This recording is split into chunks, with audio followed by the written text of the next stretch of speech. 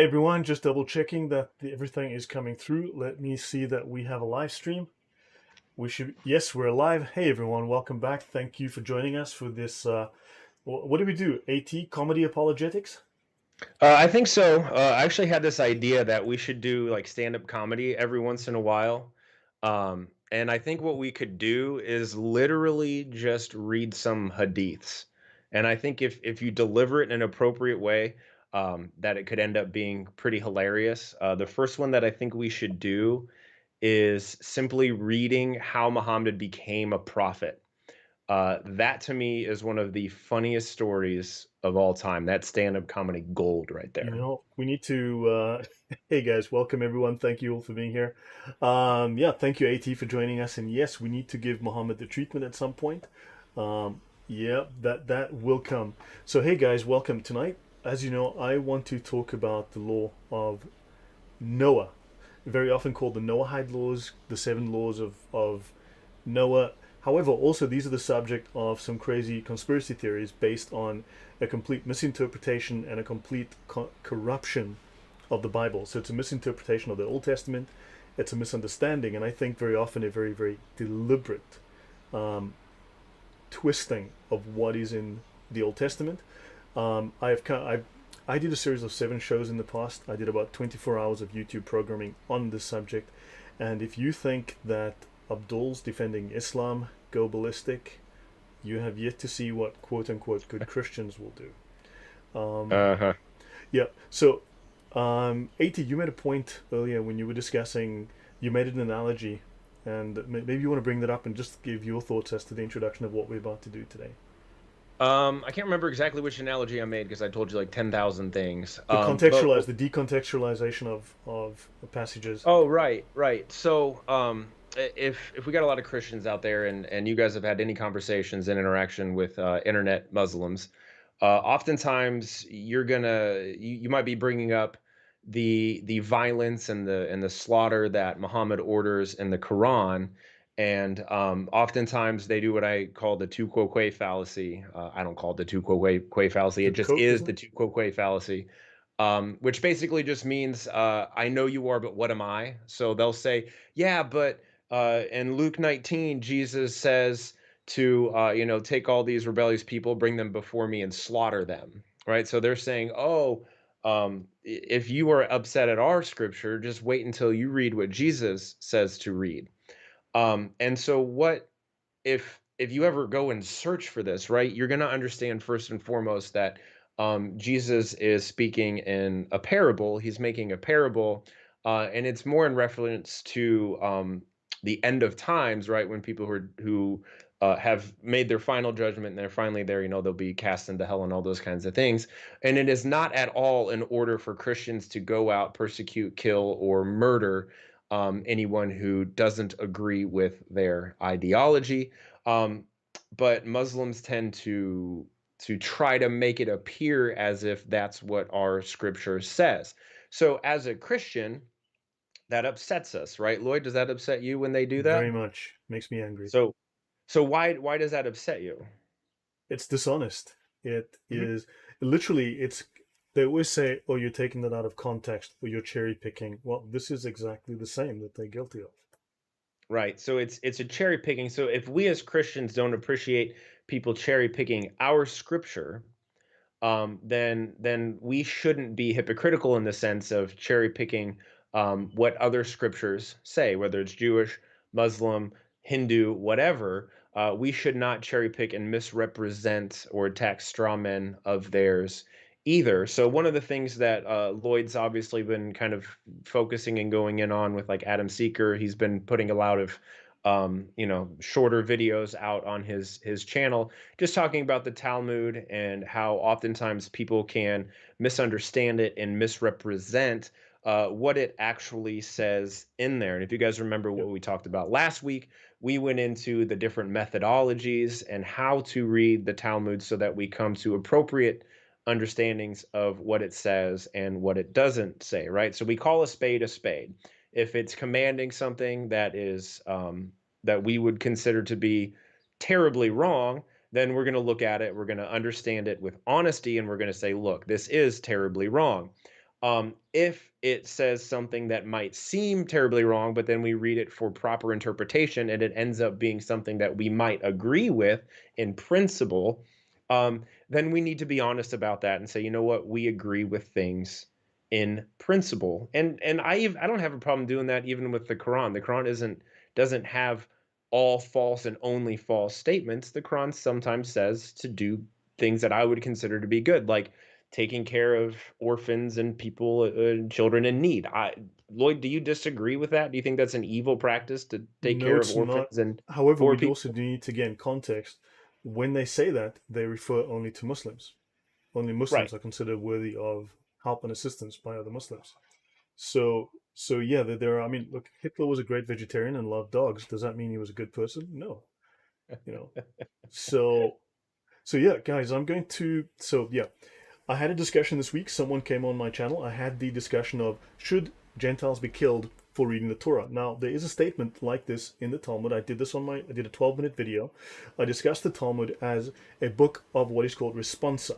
Responsa is like a challenge, a response, right? It's a method of debating, right? I put out a statement, and then the statement is either true or false, and then you either have to defend it or you have to refute it. And of course, the one rabbi says, well, because of this statement in the Torah, in the Old Testament, it says that Gentiles who read the Torah are stealing from us and they must be killed. Discuss.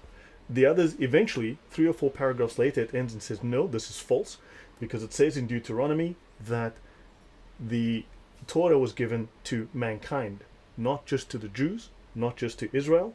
It was given to mankind, and therefore, Mhm. anyone, including the Gentiles, who reads the Torah is to be considered like a high priest. So now I had someone with whom I've had arguments in the past come on the channel and try to tell me, well, what about this? What about this? What about this? So that's great. I said, well, first of all, would you admit you've been lying about this passage, that this is the actual conclusion, that a Gentile who reads Torah is to be considered like a high priest? Would you admit that this is false? This argument you've been making for many years is false. He refused to engage on that point, refused to discuss it, and wanted to Right. distract. So this Well, is very and common. and Yeah. and you didn't just like make the claim, right? You made the claim and you showed him and you referenced it. Like we Yes. literally covered that. I think we covered that last week, right? Yes, We we did. showed it.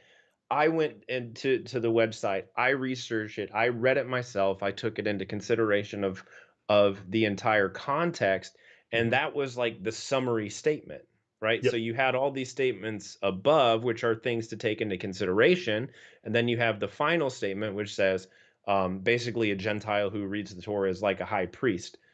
Okay, so Right. that's the So conclusion. If you rip out of context, right, like Muslims do yeah. with Luke 19, then if you only take that out of context, you're going to go, oh, cool, I'll get a sword and I'll just go and slay people who disagree with me. Well, Yep. you would be Correct. doing that in And this error, right? guy So, literally took the first sentence, the first 7 or 8 words, up to the first semicolon and said, there you go, gotcha. And refused to read the other 4 paragraphs. Nicholas Paulson says Sam Harris quoted the parable where Jesus says, bring them here and kill them in front of me in a TED talk as proof that Christianity is violent. And he's supposed to be an intellectually honest. Sam Harris, man, oh, good grief. Yeah, so guys, let me jump in. So yes, let's jump in and I will discuss as we go. I'm going to put us on the bottom right, I think. So, guys, we're here today to talk about the 7 laws of Noah. Now, understand there were a number of covenants that these are agreements to do something or not to do something or both that God made with people, right? mhm. Of course, in the beginning, there was God's agreement with Adam. Then, of course, you had God's agreement with Noah because the world had sinned. Now, when people quite bluntly hate Jews, when they start to talk about the 7 laws of Noah as a conspiracy theory, they are misinforming you about what's in the Bible because there are these covenants. God did make a covenant with Noah. Now, many assume, or many try to assert that there was only law at Sinai, that when Moses was given the law, that's when the law was delivered. There was no law prior to that.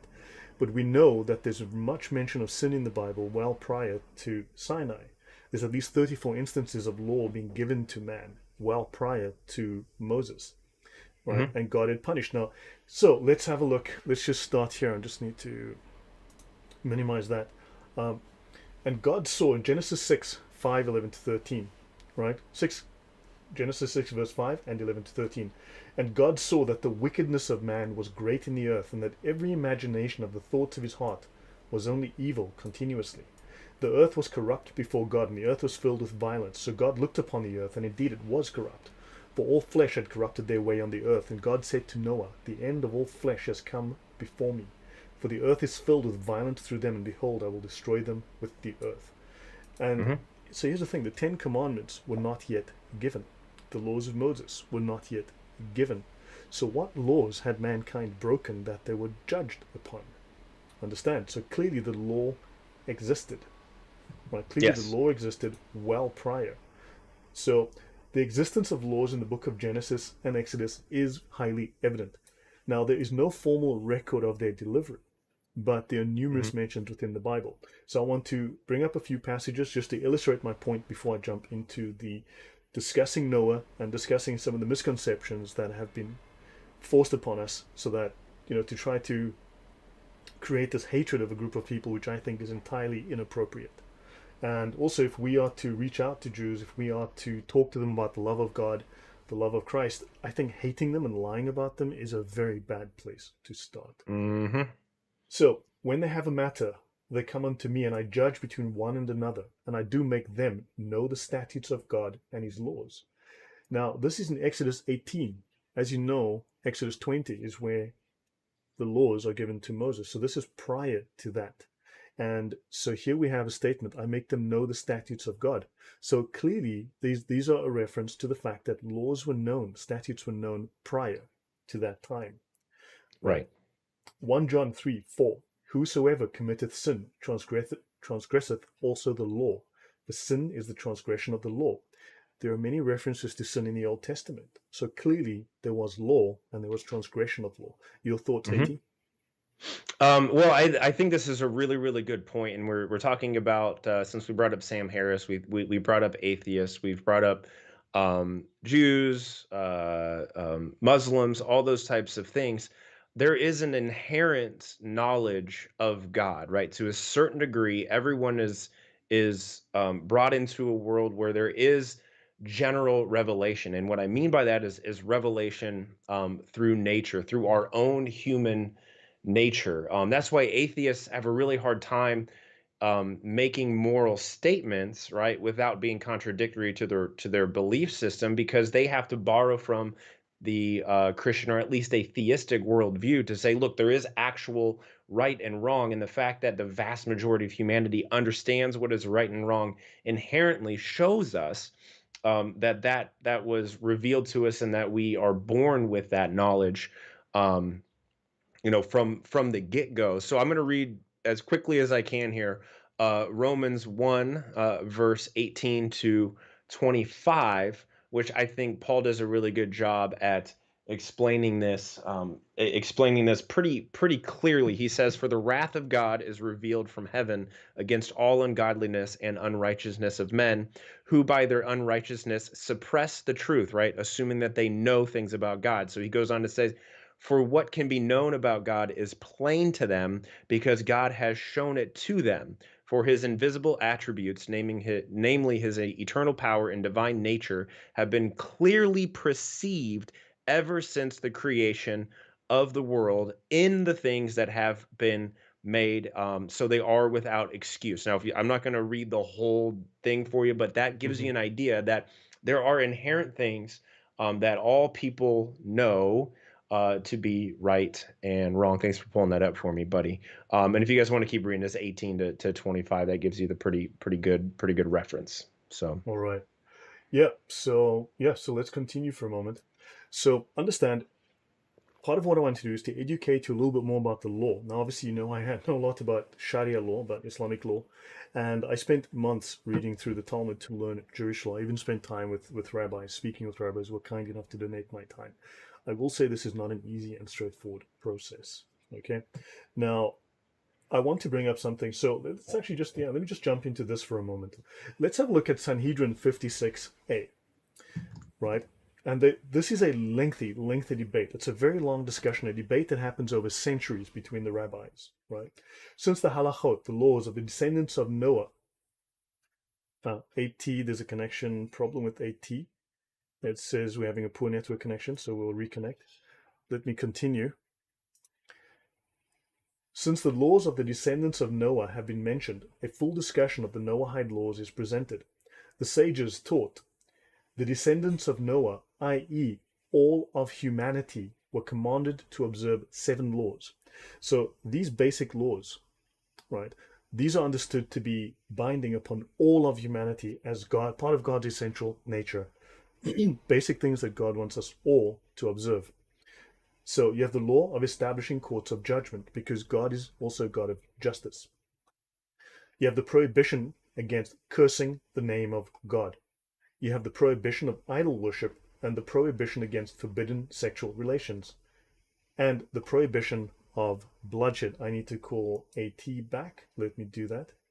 You have the prohibition of bloodshed and the prohibition of robbery and the prohibition against eating a limb from a living animal. Give me one sec, guys.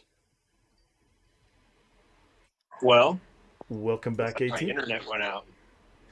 Yeah, I might have to recreate your camera. It looks like we've, yeah. Looks like your the connection has gone weird and wonky with you. Yeah, my whole internet shut down actually, so I'm just using my Skype, my phone. Can you see me? Okay, look, I'm gonna try and add you back in. Okay, just give me one second. No, I just Okay. seen the Skype logo. I'm gonna add you back in a moment. All right. It might be Uh, connecting back up too. I'll reconnect. okay, if this doesn't work, then I need to try and reconnect you. Here, hold on. I think my internet went out. Now it's back up and running. Let Disconnect me and I'll. yeah, let me try to call you here with my actual computer. Okay, good stuff. Okay, guys, sorry about that small technical issue with AT. You probably heard us having that little conversation there. I'm not certain. So I apologize for that. So understand this. Let me go back here. This is from the Talmud directly. Understand? So what we have is people not discussing the things that are really critical and relevant to what's in the Talmud. They cherry pick things which make the Jews look as bad as possible. Now, I'm not here to defend the Talmud as a holy book. I'm not here to defend Jews because I'm not a Jew. I have no dog in this fight. But what I do want to defend them from, yes, are lies told by our side. Now, understand, the sages thought the descendants of Noah, all of humanity. So the Jews believe that all humans. The conspiracy theory is that the Jews are meant to impose this upon the world and kill those who do not follow this. Now we can go further down this passage, and I won't do so right now, where it says what is the punishment for someone who transgresses this. But understand that punishment is for everyone, Jew or non-Jew. Now, first of all, those punishments were never enacted. Those punishments are, this expired 2,000 years ago, so they're not relevant today. So understand, and they forget to tell you many other things that are relevant here that I'm not going to go into. So let's wait for AT to call me back. So let me jump back into my presentation. Let's look at numbers 15 to 16. Here's AT calling me back. Well, welcome back. So I'll just use my my phone and my yeah, except Skype connection. has decided. Let me try to. I need to go back in here. I need to try and fix you because now you're. Well, you are showing up. You are. Oops. Okay, give me a second. Are we still on, or did the whole We're thing shut down? live. You are Oh, we're showing still up. live. All right. Sorry, everybody. That's fascinating. So, Right. guys, I need to fix up AT's connection here. Well, I think it's on my end, brother, because my whole internet went out and it said like weak connection and stuff. So I'm just gonna go. I'm gonna go off this. My shoulder might get tired, but I need a good shoulder pump anyway, so it'll be all right. Okay, we're back now. So sorry about that, guys. Okay, so AT, you're back. We can all see you right now. So back to where we were. So Numbers 15 to 16. One ordinance shall be both for you of the congregation and also for the stranger that sojourneth with you. So understand, God is saying here that strangers as well as the Jews are subject to these laws. Okay, this is an ordinance forever in your generations. As you are, so shall the stranger be before the Lord. So God himself is telling them that just as you are responsible to obey these, so are the strangers of the world.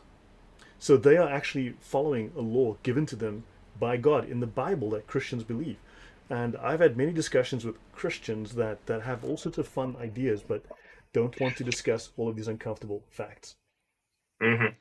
Jibril wants to stop your stream. Yes, I believe that is the case. So one law and one manner shall be for you and for the stranger. Okay. Any comment there, AT? No, and I think my other thing's up and running. No, man, just keep on moving. Okay. So, and then Numbers 29:40. Moses told the children of Israel according to all that the Lord commanded Moses. So the laws of Moses were given to him by God. And he passed this on to present day Jews, right? In the Bible, you may have heard of that book, right? So everything that is said here came from God. Now, the flood proved that despite killing everyone, people fell back into sin, right? That the problems reside in the hearts of people, okay? Mhm. So unfortunately, people weren't following the laws, so we needed an additional way to get to God. This doesn't mean that there are no laws, but let me let me skip forward with this. Okay, so who was Noah? Let's start with that. At, just check the comments in case I missed anything. Okay, Okay, I haven't so seen anything yet. let's talk about Noah. Noah was one of the patriarchs of the Bible. He remained faithful to God despite the corruption around him. Now, if there were no law, there would be no corruption, because as we know from the New Testament, and we'll get to that, that sin is known through knowledge of the law. He was the only righteous representative of humanity worthy of being saved from God's judgment. So clearly they were violating some laws, and clearly Noah was obeying some laws. So he was Hmm. warned to build an ark. The other people saved with him were his wife, his 3 sons, and their wives, 8 in all. Now, in truth, unfortunately, we know virtually nothing about Noah's early days. The Bible only mentions that his father, Lamech, named him Noah, which means rest, because Hmm. this one will give us rest from our work and from the toil of our hands, arising from the ground which the Lord has cursed. So Noah warns of the flood. So Noah preaches for 100 years during the building of the ark. And God patiently waits for any person to repent. However, none believed Noah. All wanted to follow God, but continued in their evil ways until they were all wiped out. Now, here's the question. If Noah didn't have the 10 Commandments, if he didn't have the 613 mitzvot, if he didn't have the laws given to Moses, what are the laws he followed? What laws were people violating? Do you have a thought on that, AT?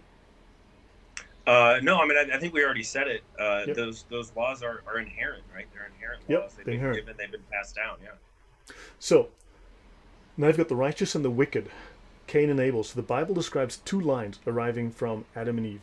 Adam and Eve's first 2 sons had much more than the usual sibling rivalry. Abel was righteous and he strived to please God. Cain grew jealous of Abel's favor with God and murdered him. Right? Let me just fix this horrible American spelling. There we go. It's correct now. Now, Cain knew. No, now it's incorrect. I don't know what you're talking about. We Yeah. invented English. You know that, right? You invented American. I don't know about Right. English. Seriously, I think you speak Texican or whatever it is, but that's not English. Texan. So, Texican. So, Texican. Cain Cain knew that he had sinned, right? The children of Adam and Eve knew that sin was the breaking of God's law, or God would not have held them accountable.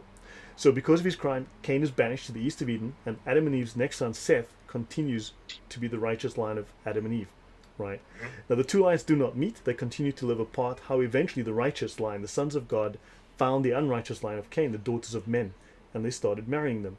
The result was that the godly line of Seth became morally corrupted through the influence of their ungodly wives, which is why the Bible warns against being unequally yoked. So the Lord saw how great man's wickedness on earth had become, that every inclination of the thoughts of his heart was evil. Genesis Mhm. 6:5, and let's look in Corinthians. Do not be bound together, unequally yoked with unbelievers, for what partnership have righteousness and lawlessness? Or what fellowship has light with darkness?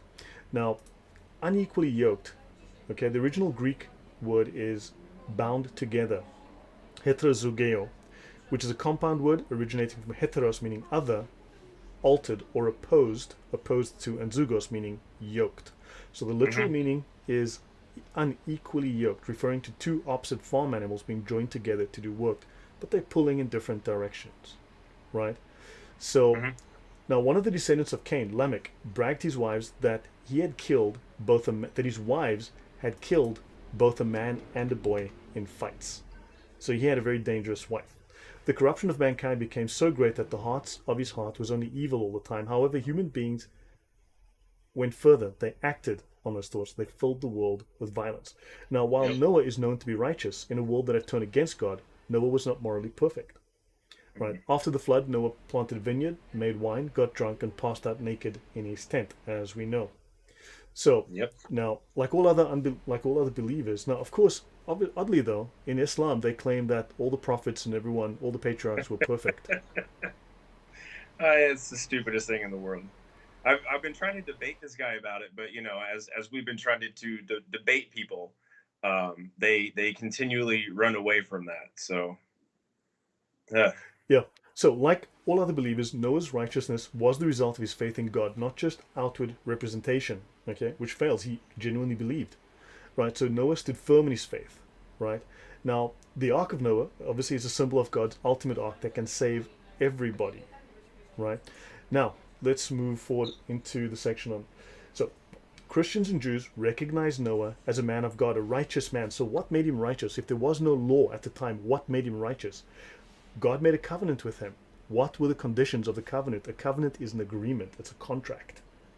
Now, right. God And does you know what say, I yeah, was go, go. what I was thinking was from the very first sin, right? What did God tell Adam that he couldn't do? He could eat from any tree, right, except for the tree of what? The knowledge of good and evil. Right. So that means that as soon as mankind ate from that tree, inherent in our mind was knowledge of good and evil. So when people sin and transgress, they're transgressing against that knowledge that Adam imputed to us. Right. Well, then again, also, I wonder if that also translates as the gnosis, as in Gnosticism. So now, clearly, Noah avoided lawlessness by following some sort of God-given set of rules. So this is the genealogy of Noah. He was a righteous man, perfect in his generations. He walked with God. And God said that earth was corrupt, but Noah was not, right? And he decided to end life on earth because earth was lawless. So clearly Yep. there was a law, and Noah obeyed the law. Others did not obey the law. So now, these laws are a set of laws for the children of Noah, which refers to all humanity given to Noah after the flood. Let's have again Hmm. a look here. The sages taught the descendants of Noah, all of humanity, were commanded to observe 7 laws, right? Establish courts of justice, because God is a God of justice. Do not curse the name of God. Do not Hmm. do not worship idols. Do not Hmm. have forbidden sexual relations, and the prohibition Hmm. of bloodshed, and the prohibition of robbery, and the prohibition of eating a limb from a living animal.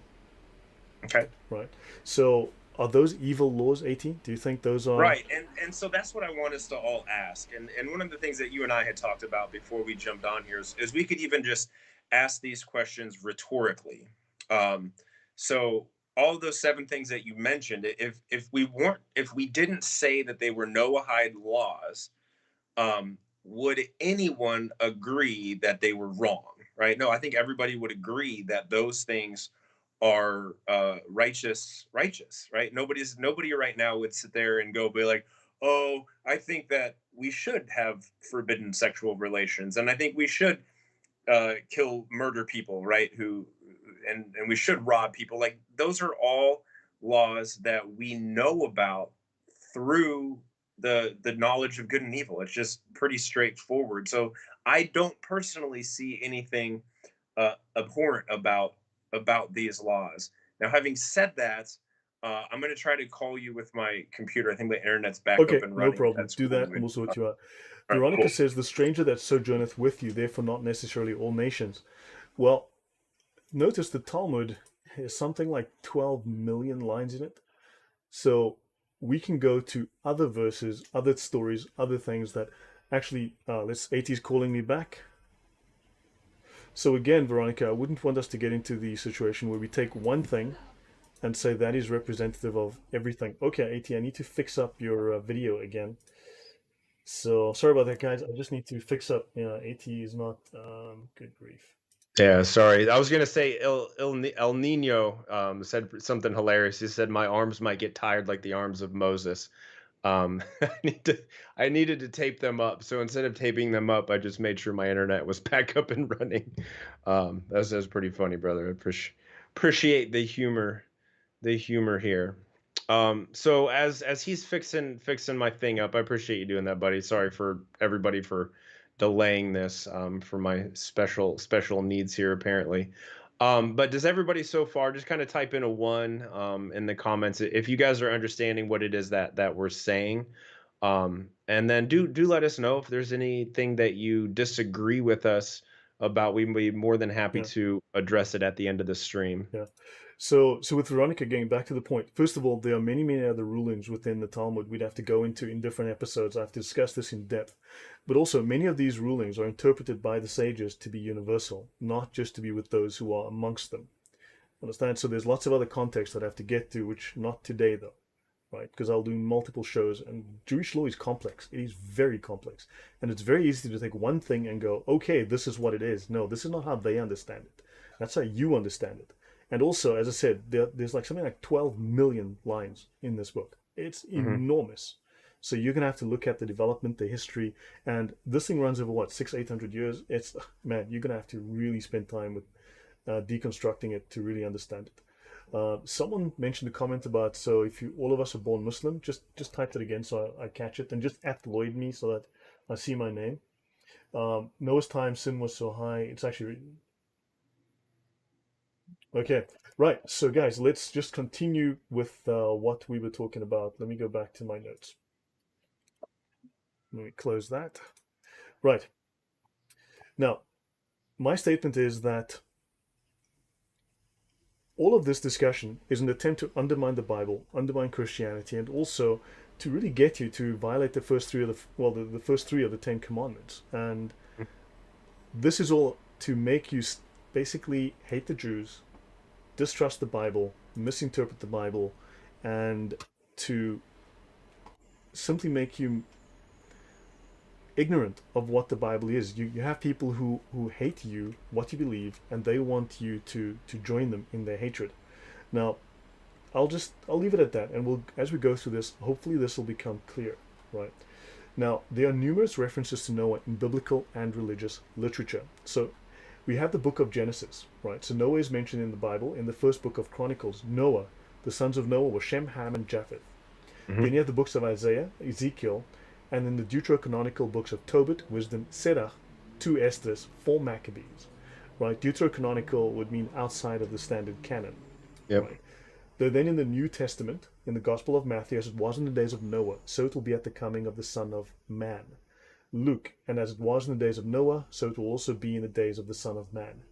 The Epistle to the Hebrews, by faith, Noah, being divinely warned of things not yet seen, moved with godly fear, prepared an ark for the saving of his household, by which he condemned the world, and became heir of the righteousness which is according to faith.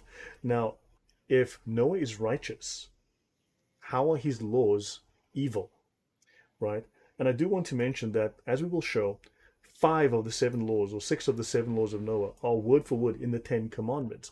So the question that I've asked many of these people that claim that the laws of Noah are evil and the Jews are going to take over the world and chop off your head, quite literally they say this.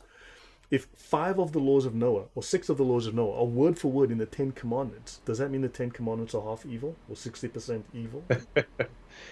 Right, of course not. Of course not. Now, Lloyd, what do you think makes the 7 laws, I don't want to say incorrect in the sense of their righteousness, but why would a Christian not embrace the 7 laws? Yeah, we'll get into them in depth, and Okay. then we'll ask that question. Alika says, since everyone is born a Muslim, is every non-Muslim an apostate that needs to be slayed? You know, if Islam only made sense. So everyone is born a Muslim because they are born with a slice of the spirit of Muhammad, or something like that, right? Because Muhammad is the soul that God breathed out, right? And his essence permeates the world, and those who absorbed some of his whatever became blah blah blah, and those who did not look at Muhammad's spirit while they were in heaven, those who ignored the beautiful spirit of Muhammad that was being worshipped by all the creatures of creation, they became Jews and Christians. So those who turned away and refused to look at Muhammad's spirit, became Jews and Christians, and those who did look at Muhammad became much higher elevated. So we are the absolute lowest of creation for this reason. This is covered in the Sirah. Also, Allah decides who doesn't worship him. So Allah decides who must be killed. We must be punished for not worshiping Allah because Allah decided that we will not worship him. Doesn't make sense. Yeah, So, right. let's go. First Peter, who formerly were disobedient, when once the divine long-suffering waited in the days of Noah, while the ark was being prepared, in which a few, that is 8 souls, were saved through water. Right? Now, these people were disobedient according to what laws or what standard that God held them to? We have to keep coming back to that question. And God saved Noah, one of 8 people. He was a preacher of righteousness. So what was he preaching? Unfortunately, the Old Testament has very little to say about this. So we know that God made an agreement where God's part of the agreement is he will never again destroy the earth with flood. Right? So, but what is Noah's part of the bargain? See, because Noah was preaching righteousness. Noah was acting righteously according to what standard? And we do not have this answer. The Jewish sages have spent hundreds of years trying to figure this out through an exegesis of the Bible, okay, of the Old Testament. So now, what divine law and covenants existed before Moses? So divine law existed before Noah, right? Before Moses. So namely, you have the covenant with Adam, you have the covenant with Noah, and you have the covenant with Abraham. For instance, the divine decree to circumcise males on the 8th day was part of the divine law, the covenant of Abraham. Right. Now, St. Thomas Aquinas notes that the divine law prior to Christ, the old law, was like a heightened natural law. This is according to one of the major church fathers. Today I was watching a very interesting show, and a preacher was saying, the Catholics went and they changed this stuff. They changed all this, and we are doing it correctly because we are Protestants. And I'm like, how could the Catholics have changed it after you? Because the Catholics were around long before, hundreds of years before your church. So I'm just curious how they, whatever, buddy, whatever. You came afterwards, you changed it to me, whatever. I'm not a Catholic either, but I'm sorry, that doesn't make sense, right? So you changed it and then said the Catholics got it wrong and they changed it. Like, no, whatever. Anyway, St. Thomas Aquinas says that old law in many cases like a heightened natural law, clarified for sinners. And the new law is inward and transformative because the new law includes the Holy Spirit. But it doesn't exclude some of the old teachings. Right. St. Paul teaches that the divine law of the old law was shadowy and mediated by angels, thus inferior. Now, this statement I took from this discussion doesn't mean I agree with it, but I'm just putting it in here as just an opinion, okay? Because I do agree that in Christ is the fullness of the law, right? The completion of the law. Your comments, AT? Yeah, I mean, and that's exactly it. Christ came, he fulfilled the law, he fulfilled the prophets, he lived the perfect and sinless life that all of us cannot do. He imputed his righteousness onto us, so that we can stand before God holy and purified, and be welcomed into heaven, because no unholiness and filthiness can live in the presence of the perfect and holy God, who is like a flaming fire and will completely incinerate any kind of sin or anything like that, which is a little bit off topic here, but it reminds me and it makes me wonder why there are rivers of sin in Jannah, right? And why excessive fornication is allowed in Jannah, and why there are little boys, servant boys, who do not Well, bleed in Jannah. It doesn't for the sound to simple me reason that like a holy Islamic place. law is entirely the inverse. It is exactly the opposite of Jewish law. People do claim that the Jewish law and the Talmud, in the Talmud and the Sharia, are no, they're the exact inverse. They're the opposite of each other. Understand? It's the complete inversion of everything. So understand, there's numerous mentions here of the covenant of circumcision. There's numerous mentions here of covenants, and there are agreements and everlasting covenants and so on. And of course, every male shall be circumcised. These are covenants, right? Then you've got now mention of what about conscience and natural law? Okay, there are Old Testament, New Testament references to this. In the integrity of my heart and the innocence of my hands, I've done this.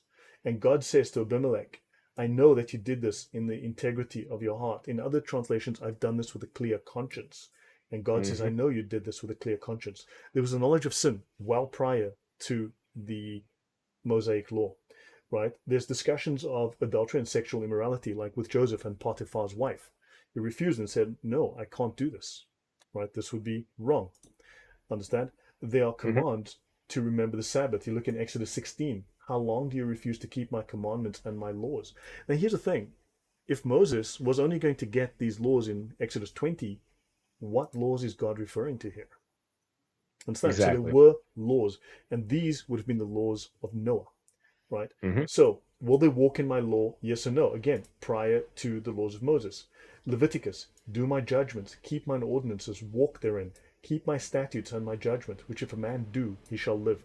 Now understand that earlier I had the question of, are Jews supposed to kill Gentiles for reading the Torah? Well, it says here, man, and the rabbis interpret this as not as if Israelites do, if Jews do, they shall live, but man, all man. They say no. The Jews are very explicit. All men, so that all of the world should do this. And they feel it's their job to witness to the world what righteousness would be. They've got a long set of laws they need to follow according to their scripture, but they need to inform the world, look, God wants us all mankind, we're all descendants of Noah, to follow these laws. So Abraham obeyed God's commands, his statutes, his laws. Understand? So Gentiles who do not have the law by nature do things in the law because, again, conscience, right? Natural law. Yep. Who show the work of the law written in their hearts. Again, natural law, Hmm. their conscience also bearing witness. Your thoughts, AT? Exactly. And one thing I would like to say about the Old Testament moving into the New Testament. So the Jewish Messiah, who of course us Christians believe is Jesus, his job, his role, one of his main things that he was supposed to do was bring knowledge to the world of Yahweh, right? The God of Israel. He was supposed to bring to the whole world knowledge of that God. And what other person has done that greater than Christ himself? I mean, the Messiah brought Mm-hmm. all of that knowledge, and I can't remember all the different locations of it, but Isaiah talks about it, about the Messiah bringing that knowledge to the whole world. So I just wanted to put that out there. All right.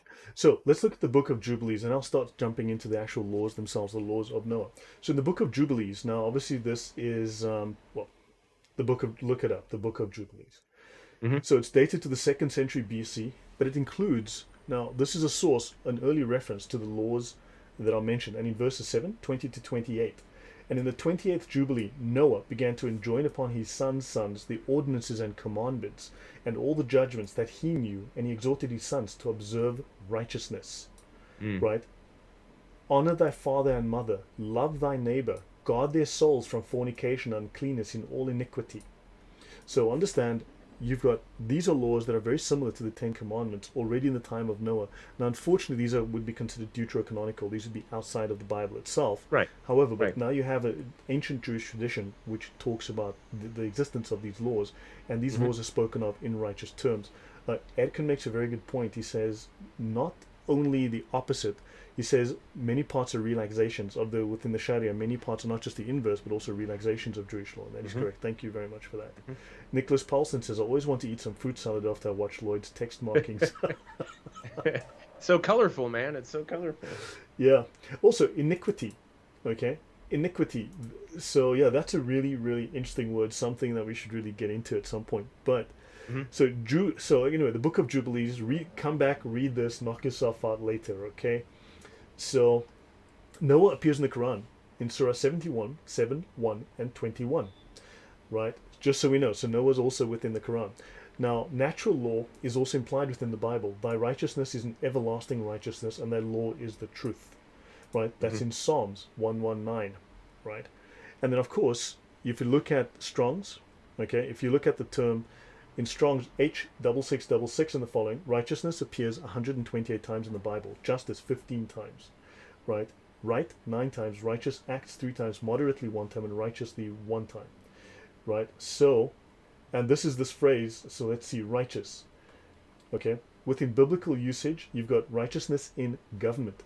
So we need to have government. We need to be righteous in our government. One of the laws of Noah is that we have to establish, Jews and Gentiles must establish righteous government, right? There needs to be, there's righteousness as vindicated, justification, salvation, and prosperity of people and righteous acts.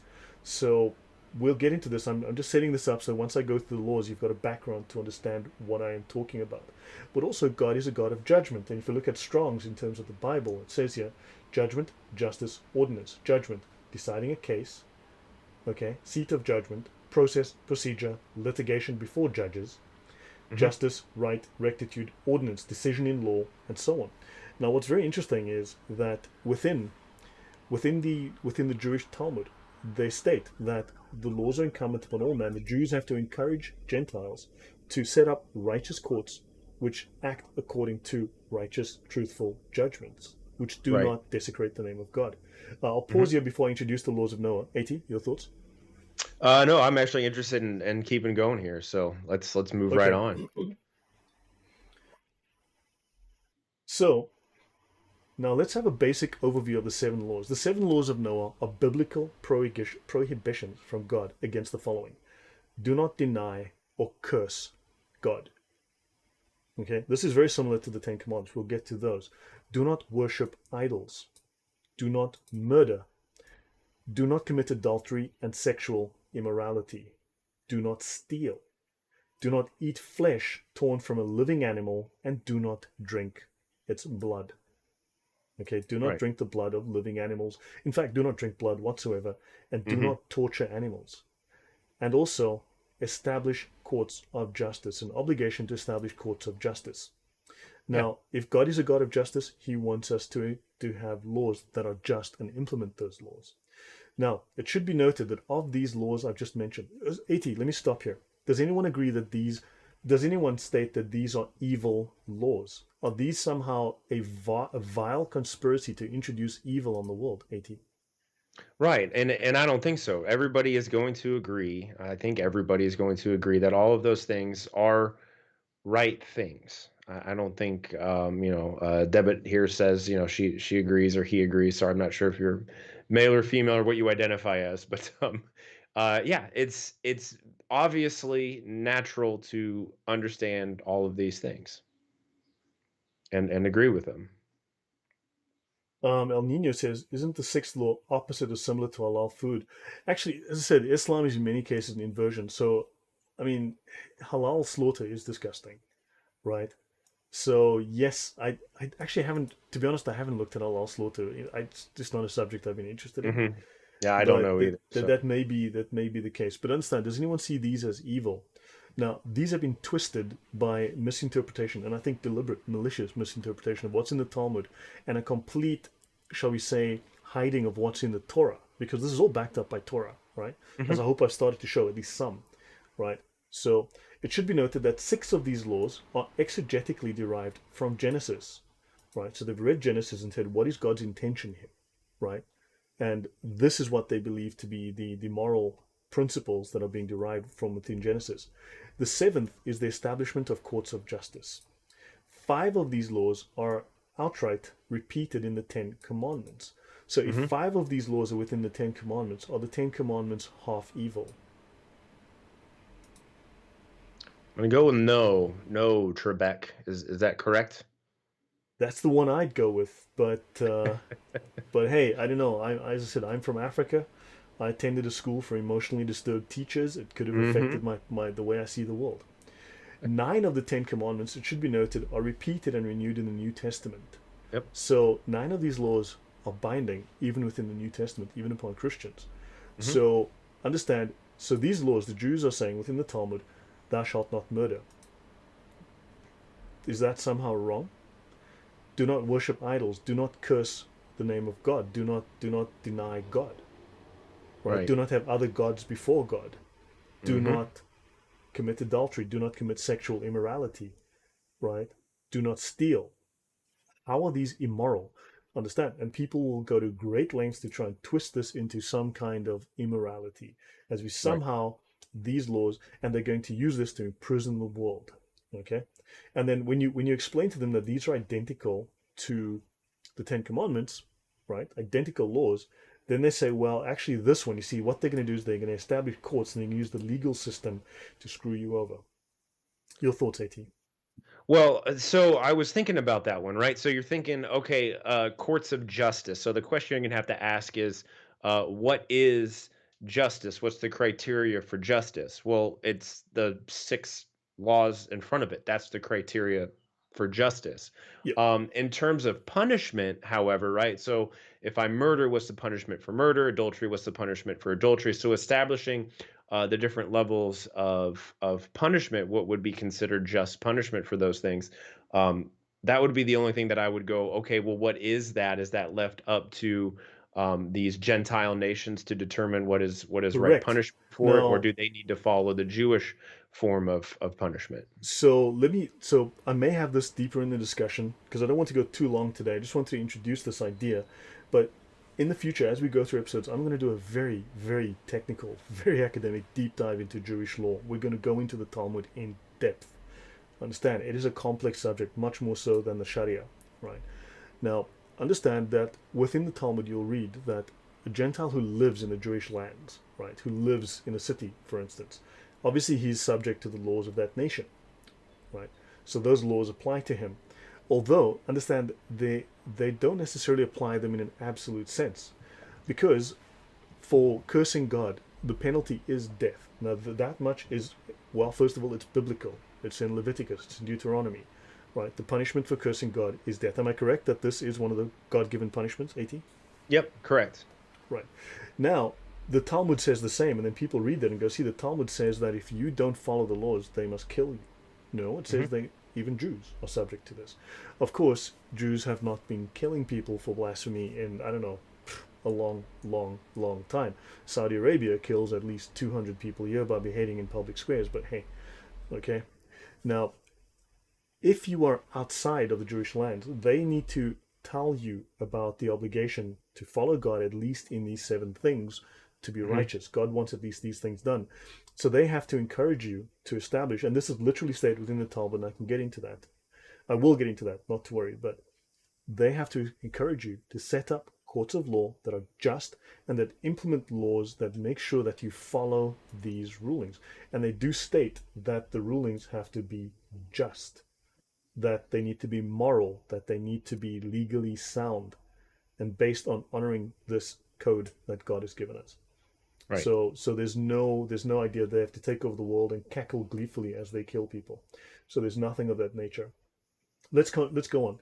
Now note also that the New Testament does quote the Old Testament 855 times directly and indirectly another 200 times. So there's over 1,000 references to the Old Testament within the New Testament. So the Old Testament does rely upon and does repeat the Old Testament many times. Now the covenant of Noah applies to all of humanity and all other living creatures. In this covenant, God promises never again to destroy all life on earth, creates the rainbow as the sign of this everlasting covenant between God and all living creatures that are on the earth. So your statement, AT? Well, I was looking at Witty Nut 2. I don't know if you've been seeing their posts here or not. They are trying, I'm not sure, Witty Nut, I'm sorry, I'm still not quite sure what it is that you're saying. So it says in the No, Bible, worship no God before me. It doesn't say that other gods do not exist, and they is requirement to even believe in anything until St. Paul. That's not theology. Witty Nut made some dumb statements earlier as well. I mean, this Okay. is, so he's basically just twisting it around and saying, well, so yeah, it's just one of the, yeah. So anyway, that's your look. These are assertions. These are not based on facts. Everyone can Well, and see every note and every reference that I have here, and even this whole database is online for anyone mhm. to look at.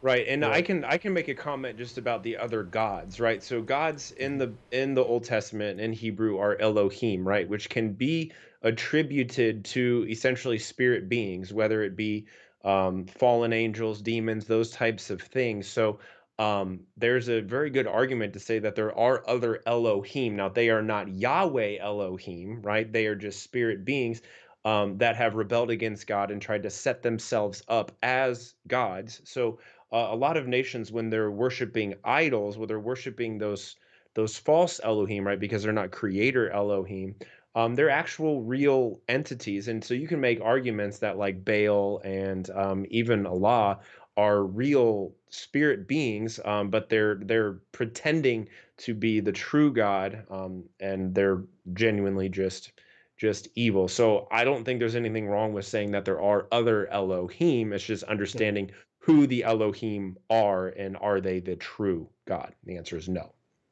Well said. Thank you.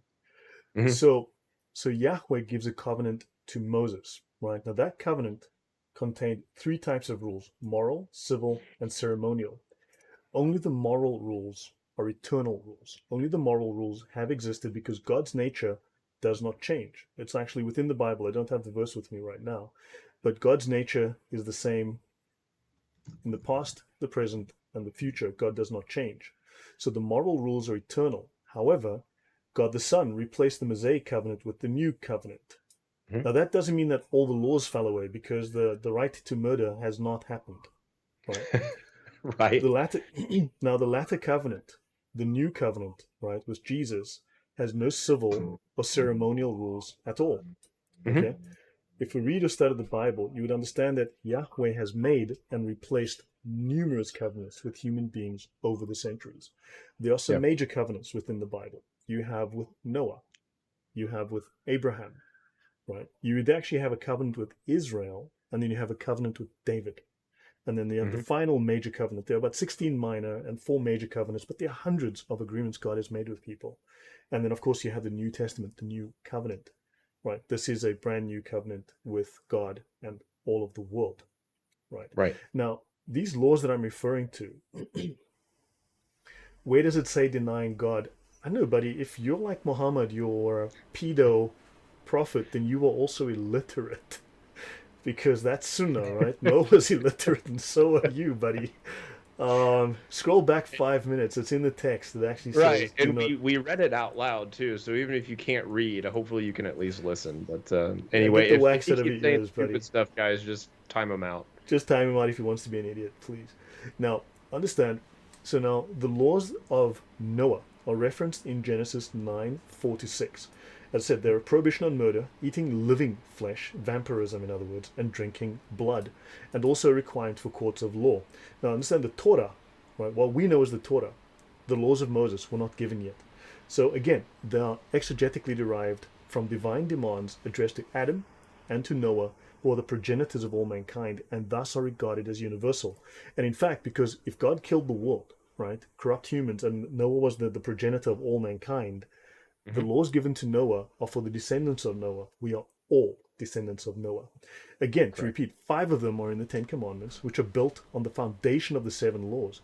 The Ten Mhm. Commandments do not come out of nowhere. The Ten Commandments are an extension of the 7 laws of Noah with additional commandments. Right.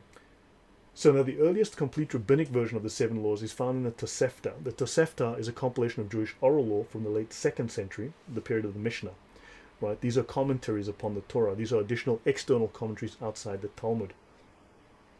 Observance of the 7 laws is not a Jewish requirement. It's a requirement of the God of the Bible. Right? Again, the Mhm. right to murder has not appeared yet. I don't recall that happening.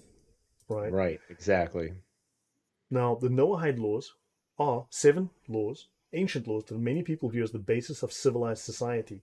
I personally like not being murdered when walking down the street. I think that's a pretty functional law. What do you think, AT?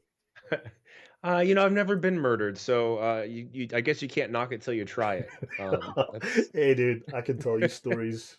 it So, doesn't seem appealing to me though. I don't really want to do that. on a scale from 1 to 10, I'd rather not go there. So, yeah.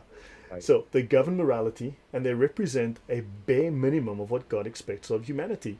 They're called the Noahide laws because they're thought to have been given in the fullness to Noah after the flood. Mhm. Right? They're also called the Noachian laws, the 7 laws of Noah, or the 7 commands for Noah's sons. In Hebrew, they're called the Shiva Mitzvot B'nai Noach. Mm. So this is the idea of a formal set of laws given to all of humanity, the sons of Noah.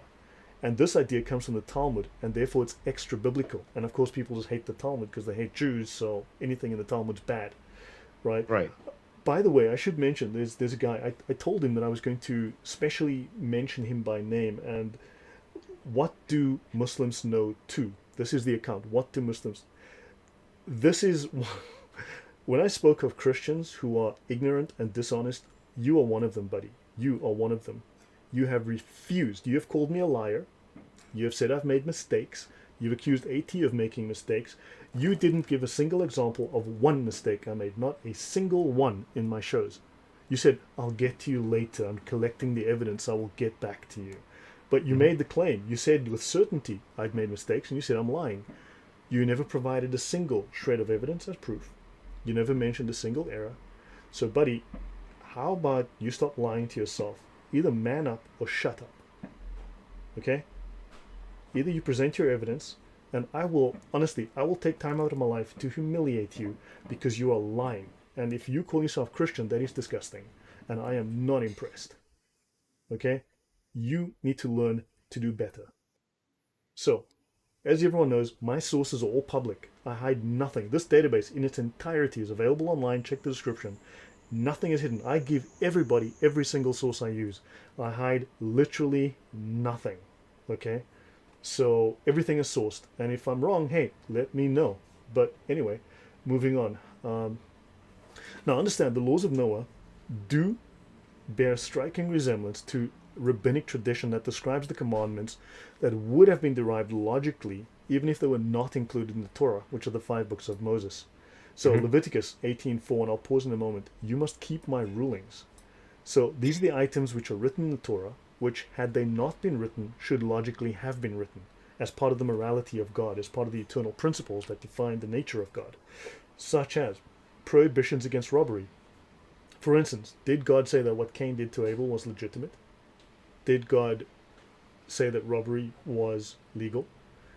What about sexual immorality? Are there instances where God says this is good and right and allows it? Right? Right, What about never. cursing God and bloodshed? Okay. Now, in fact, this is within a book called the Sifra Aharemot, section 140. Right. So these are within the Jewish texts. Your thoughts, At? Yeah, I mean, obviously, he never said any of those things. He said literally the opposite of all of those things. I'm gonna let you keep going. I've got one thing that I would like to say kind of towards the end of all this, so I'll just kind of hold my tongue till then. All right. So now the overlap here of the 5 of the 7 laws enumerated for Noahides indicate that they may have been understood as a sort of universal natural morality. Mhm. And this is the way that many modern philosophers, right, such as Herman Cohen, understood them. So based on Talmudic discussion, Maimonides, right, one of the famous Jewish sages, which people both hate and love and say all sorts of fun things about because he wrote some dumb things. Seriously, good grief. You're like, buddy. Anyway, 6 items were commanded to Adam concerning idolatry, blasphemy, bloodshed, illicit sexuality, theft, and the law. Now, none of these are considered good and never have been biblically. There's no point where this is considered good. Even atheists, what do you mean, David Rye, when you say even atheists? Right? I So was just God, going to reply to that. I think they're meaning, do they need to follow the Noahide laws? Well, they do, but they're breaking yeah, the first two essentially, yeah, by denying that God exists. yeah. I'm going to get into the laws again in much more depth as I go because so, so now what they have is here, uh, God added to Noah the law of not eating from the flesh of a live animal. So that's actually Maimonides' Law of Kings 9:1. So the association of these laws with Adam implies that they were established as part of the creation of the natural world. So in other words, the Jews believe that 6 of these laws were given to Adam. Then an additional one was given to Noah. And then eventually came to Abraham and he came to Moses, and 3 more were added to the laws of Moses. So, At, do you have a reference to the non-bleeding boys you have mentioned at the beginning of the stream? Probably in my notes somewhere. I've got like 2,000 notes saved in my phone of all kinds of stuff. Nicholas, it looks like you probably found it. That's basically what it says, and then somewhere in there it does say something about them not bleeding. I'm not exactly sure where to find it, but if I when I do find it, I will go find it for you. I'll just put it in the comment section here below the video. So Kamal says, "Can I disprove Jews for Judaism channel?" I mean, look, dude, I need something specific, but understand I mean, when someone's got like done like I don't know, they've got a team. I'm one person, okay, Yeah. and certainly I'm not here to state that Jews don't say bad things. I'm here to say that Mhm. we shouldn't lie about things that we're lying about. That's bad, okay. I'm going to jump forward a little bit, okay. Um, so there've been covenant violations. I actually want to jump forward. Let me see. Okay. Let's Actually, this is going to be covenant violations. So people state that the Jews want to take over the world, and that the Jews now we have to be killed by Jews if we violate these laws, right? And they're gonna take over the courts, and they're gonna have corrupt courts that are gonna judge us for not doing this. Well, look, God judges you anyway. At least that's what we believe. I thought we do anyway. Now, the idea of decapitation is biblical, okay? As in Exodus 21:20. So now I will bring upon you the sword, avenging the vengeance of the covenant. That's in Leviticus 26. So in other words, there will be vengeance against people who violate the law, vengeance of the sword. Now within the Talmud, Jews do discuss what is the punishment for violating these laws? Well, vengeance of the sword, right? So that vengeance is decapitation by sword. Now that's in this Sanhedrin 52b, paragraph 13. Now the Jewish commentary relates to Leviticus, so a debate on actual Old Testament law. Now people read this one sentence and they go, oh my God, that's crazy, they're going to kill us. No, these are much longer discussions with context. So it says that covenant violations must be avenged with a sword. However, Jews also write that it is not stabbing and quick. So they want to do the least cruel punishment to those who commit these crimes, right? However, they haven't done this. There's very little recorded evidence of this actually happening, and it hasn't happened in at least 20 minutes, okay? So, unlike in Islam, as you know, okay? Yeah. So I'm still, yeah. Yeah, I was going to say one thing I would like to add to this, guys. So when we judge if someone is being righteous according to their religion, we have to look at their text. So if a Christian goes out and starts, persecuting other people who aren't Christians in a violent way, and in a non-defensive way, they are not following what it is that Christ has told us to do. Um, Same thing for Muslims, right? If a Muslim husband fears disobedience from his wife and he doesn't beat her, he is actually acting in rebellion to what Quran 434 says to do. And one thing I would like to point out here, right? Just because the Jewish people aren't killing people, beheading people, and all those types of things. And this is not an accusation or anything like that. This is kind of a general philosophical question. It says that they should be killing people for these things, but they are not. So if they are not, are they actually following their laws well? And if they're not, is there some sort of justification for the reason why? And I'm going to get into they exactly are that, not? because Yep. David Wright does says that, beheading, least cruel and painful. Well, because for Jews have to suffer much more cruel punishments, David. So for the Gentiles in their midst who commit crimes, and these are crimes that are actually in the Bible. You've heard of it, the Bible, that book, right? God said, kill people Yep. for this. And they're like, okay, well, God said it. Cool. I guess it's in the Bible, right? Jews are burned to death, stoned to death, drowned to death, or they are choked to death. These Right. take a while. Okay, burning is horrific. If someone chops off your head, at least that's quick, done. Understand? So Yep. they're trying not to be cruel, right? But they hold Jews to a higher standard, so Jews suffer more. Understand? Jews have a different set of laws, an additional set, because they say, look, God spoke to us. He's given us a lot more responsibility. The Gentiles have not had the word of God given to them directly, therefore they cannot be held to the same standard. Now, as the sages taught, it is written with regards to the sentencing of murderers, and these shall be for you as a statute of justice for your generations in all your dwelling places, in Numbers 35, from which we learn that the mitzvah to establish a Sanhedrin is in effect both in Israel and outside Israel.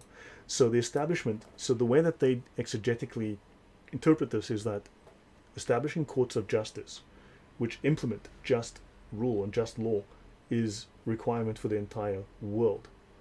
Okay, yeah, and as Erkin says, those are painful, unlike decapitation.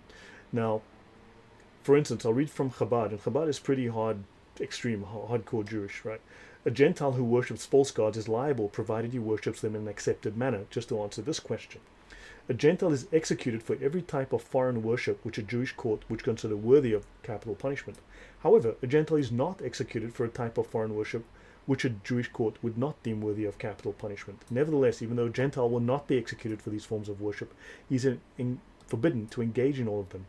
Now, here it says that they say something and then they say exactly the opposite thing, and this is what is valid within Israel, right?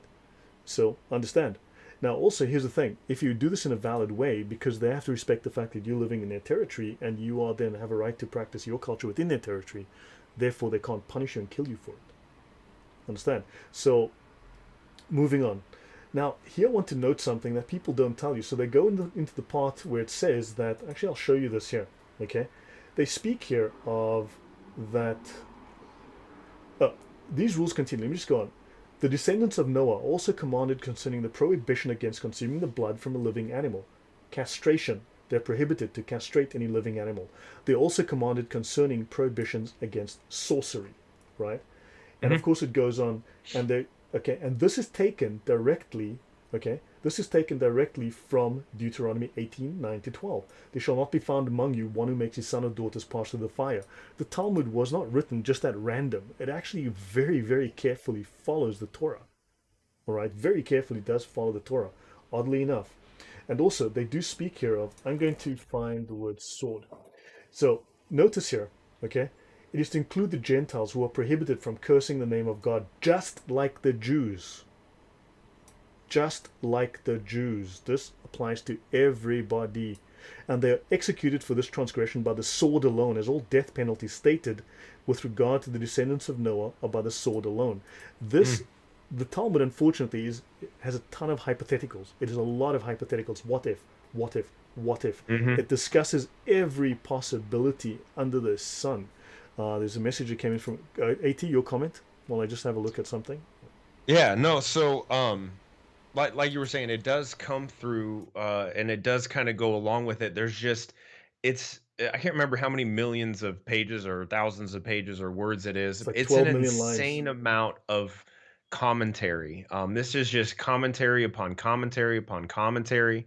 And there can be a lot of weird roundabout deviations from exactly what it is that the Torah says. But from what I've seen so far, and again, I'm not an expert in this, that's why I'm just kind of hanging out, commenting here with Lloyd, is what I've seen so far is it does wrap back around to the same conclusion that the Torah does have. Right. So now I'll continue. So now they say, okay, well, they got to kill us. Now let's have a look. Now the part they never tell you, right? Now, in this example, this is one of the laws again in the Talmud. A Sanhedrin that executes a transgressor once in 7 years is characterized as a destructive tribunal. And in fact, if we continue, you'll find that another rabbi disagrees and says, no, that's wrong. You guys are very wrong. If you kill someone with the death penalty once every 70 years, 7 0, 10 plus 10 plus 10 plus 10 plus 10 plus 10 plus 10, 70 Yep. years, then you are vicious and brutal and you're doing things wrong. Because a Sanhedrin, a Jewish Sanhedrin that kills someone every 70 years with capital punishment it's just wrong. This is too violent. This is Now, too do you brutal. think that, but do you think, Lloyd, and I'm just playing devil's advocate here, and I might be right or wrong, but do you think that ruling there about the Sanhedrin executing people very rarely, do you think that actually aligns with the Torah? Or do you think they've kind of deviated from the Torah to make it more palpable to So have modern they day people? deviated from the Torah, or do the laws change and people are misrepresenting the laws or do not understand what's in the Torah? And these Jewish rabbis have spent hundreds of years trying to understand how conditions have changed, how the laws have changed, how the covenants have changed, how God has changed, how their society has changed, and they are moving towards justice. They are moving towards more just laws. They are looking to Right. move away from barbarity, away from violence. So it says here, once in 7 years is characterized as a destructive tribunal. So understand, they don't say, hey, kill everyone in sight. And then it says, no, but the next rabbi says, this characterization applies to a Sanhedrin that executes a transgressor once in 70 years. Now, here's a question. In the last 72 years, how many people in court has the Israeli court given capital punishment to? Entirely two people. Two people.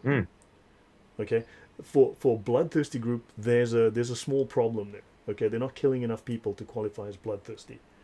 So if we had been members of the Sanhedrin, we would have conducted trials in a manner where no person would ever have been executed. Are they violating their law, or do we just not understand something about their law, and we are not interpreting it the right way? At, your question. I'll leave that up to It's you. right. No, I mean it's tough to say. I think that's just a really good question for all of us to ponder. I mean, I like what this says now, right, relative to the the pre-Christ Old Testament law. We see during the time of Christ that they were very much stoning people to death and executing them pretty frequently. But as it's been progressing, it seems like they've been getting away from that more. And what I'm personally curious about is how are they rationalizing that? That's just We don't my understand the law well enough. question. I cannot claim to know their law well enough. I am not saying I'm Right. an idiot. I've spent months reading this, but I am not a Jewish Hmm. jurist. But I can guarantee you the idiots out there, the lying, quote unquote, Christian idiots and the Abduls lying to you have spent a lot less time than me reading this stuff. Right. Okay? So understand, and they are finding the worst possible thing, which might be a question, not a statement, not a command, not a ruling, just a question from a lawyer, and they're using that. Why don't they come and tell you that? They say, hey, look, don't do this. This is wrong. Understand? So guys, I'll throw it open there. It's. I want to end off in the next 10 minutes or so. But has this given you guys an interesting? Oh, sorry, I had a question from Eric, and it says, is there a Jewish equivalent of commanding the right, forbidding the wrong? That's the seven laws. That is really the seven laws. So in Islam you've got commanding the right and forbidding the wrong, which is imposing the Sharia, and then of course Hmm. using violence to stop people from doing anything other than that. Right. You only the Jewish equivalent is the seven laws, which obviously they are beholden to, plus additional, plus that they need to try and educate, not enforce, educate us to know the moral laws of God as the seven laws. At Right, and basically every ideology has that idea, forbidding the wrong and trying to do the right. It's just a matter of then what do we define as right and wrong, right? I think that's where the biggest thing comes into play. Using the example earlier that I talked about, mm, beating your wife for fearing disobedience, well, that would be considered right in Islam, but that would be considered wrong in pretty much every other rational situation. So I think, like I said, all ideologies have that concept. But I think the next question, the next philosophical question one needs to ask is what is considered to be right and wrong. And then you're right. In this sense, it is the seven Noahide laws. And Lloyd, I have a question for you if sure, you're sure. not, if unless you got something else that you want to go No, into. go on. Go ahead. Go ahead. Okay, Go ahead, so Mars. the question that I've been sitting on is now, of course, escaping me. But no, what it was is, do you think that the seven Noahide laws are? Do you think they bring about salvation? Do you think they have saving worth to us now? Look. I think if you sin, you obviously are moving away from salvation. So look, Mhm. believing in God, right, or believing in Jesus, accepting salvation, and then shagging every woman in sight and stabbing people on the street isn't going to get you to heaven. I'm pretty sure of that. Right. So I think God has an essential nature. His nature does not change. His nature Hmm. remains the same. So I think these laws would be part, according to the Jewish exegesis as well. This is a part of his nature, and we need to respect that and operate Right. according to that. So yes, while we do have a new covenant, which makes it easier, we also Hmm. are still. He's still a God of justice. He's a God of law. Right. So we Absolutely. still would be judged according to our behavior. And I think so. Yeah, I mean, if you love someone, you're going to try and obey their laws, right? Exactly. Right. But apart from Christ, what I hear you saying is these are still right and righteous and just no matter what, but apart from Christ there is no salvation. Yeah. Now, look, according to Jewish law, obviously they're following their scriptures as they understand them. They're not deviating from the scripture as they understand them right now. Now, of course, you can argue there's a difference between the biblical Judaism and, of course, rabbinic Judaism today, and certainly Right. that is Correct. true. And Hmm. then, of course, you have the Christian understanding. But I don't think any Christian would consider that these laws are A, evil, and B, that we Right. wouldn't actually agree that these are things we do follow, have followed, and should follow. Right. And so this is what this is not an endorsement of following Judaism. This is not an endorsement to say, hey, look, you can be Christian or you could just follow the seven Noahide laws, right? We're not saying that it's that you have to do one or the other. This is actually kind of a both situation. Obviously, you have to have Christ for your salvation, but in order to love Christ and follow Christ truly, that means that you uphold all of his laws, which just so happen to include the 7 Noahide laws, Laws. Yeah. except for maybe number 7, but yes, the I will Noahide laws, they explain include that. that. We actually need to go into Romans for that. That is actually validated in Romans. Hmm. That is actually validated in Okay. Romans. And God is a God of justice, so therefore he's going to want just law, right? So yeah. So guys, look, I'm going to jump ahead again, just slightly, to just do a comparison as we wind down the 7 laws and the 10 commandments. All right. So notice the 7 laws: do not deny God or commit idolatry. Turn you not unto idols. Here are all the references: Leviticus, Leviticus, Exodus, Exodus, Exodus. They're in Corinthians, they're in Joshua, they're in Exodus, they're in Deuteronomy, they're in, okay? I am the Lord thy God who brought thee out of the land of Egypt, out of the house of bondage. You shall have no other gods before me. So understand that at the time of Moses, he had the tablets he could write. These were oral laws, so they were pretty sparsely written down. They were understand, they were shorthand. Thou shalt make unto thee any graven image or any likeness of anything that is in heaven above, or that is in the earth beneath, or that is in the water under the earth. Thou shalt not bow down to them, okay? Nor serve them. Do not deny God or commit idolatry. That's the law of Noah. This is in no way contradictory to the 10 Commandments. Do not misuse the name of God, the law of Noah. Thou shalt not misuse the name of the Lord thy God in vain. Okay? Now understand, in the 10 Commandments, the original Hebrew word is to carry. Thou shalt not use. The Hebrew word actually is to carry. So when you say you shall not carry the name of your Lord, you shall not claim to be of God and violate God's law. Right? You shall not carry his name as a banner and say, I'm doing this in the name of God. This is very what the connotation of that term means, to carry the name of God. You shouldn't say, I love God, I'm a good Christian, I hate those bloody Jews. That is Right. wrong. And this is what people Uh-huh. are doing. Do not murder. Law number 3. Okay? You shall not misuse the name of the Lord your God, for the Lord will hold him guiltless. Okay? Forgive who takes his name in vain. So do not do evil in his name. Understand? Sorry, I had to go back to number 2. Do not Hmm. do evil in his name. That is the context of the original meaning of the Jewish word. AT says, so the Talmud actually grants, yes, the Talmud does grant freedom of religion. Okay? So understand, if you go to Israel today, how many churches are there in Saudi Arabia, people, and how many churches in Israel? Count them, let me know. There's like this many in Saudi, right? Last I checked. So, do not steal. Okay? So let's have a look at number 4. Do not engage in sexual immorality or adultery. Okay? Remember the Sabbath day to keep it holy. You've got that, certainly. Okay? Honor thy Hmm. father and mother. Okay? Now let's have a look here. Thou shalt not murder. Thou shalt not commit adultery. Thou shalt not steal.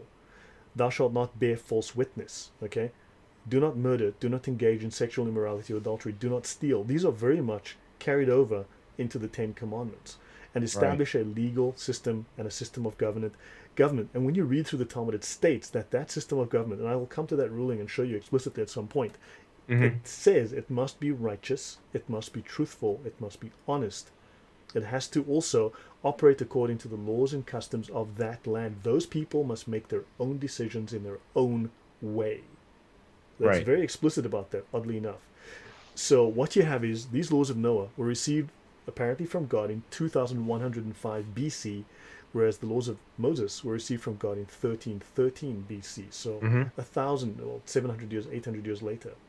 So the Tosefta in Avodah Zarah 8:6 records 4 possible additional prohibitions against drinking the blood of a living animal, emasculation, which is the castration of an animal, sorcery, and all magical practices in Deuteronomy.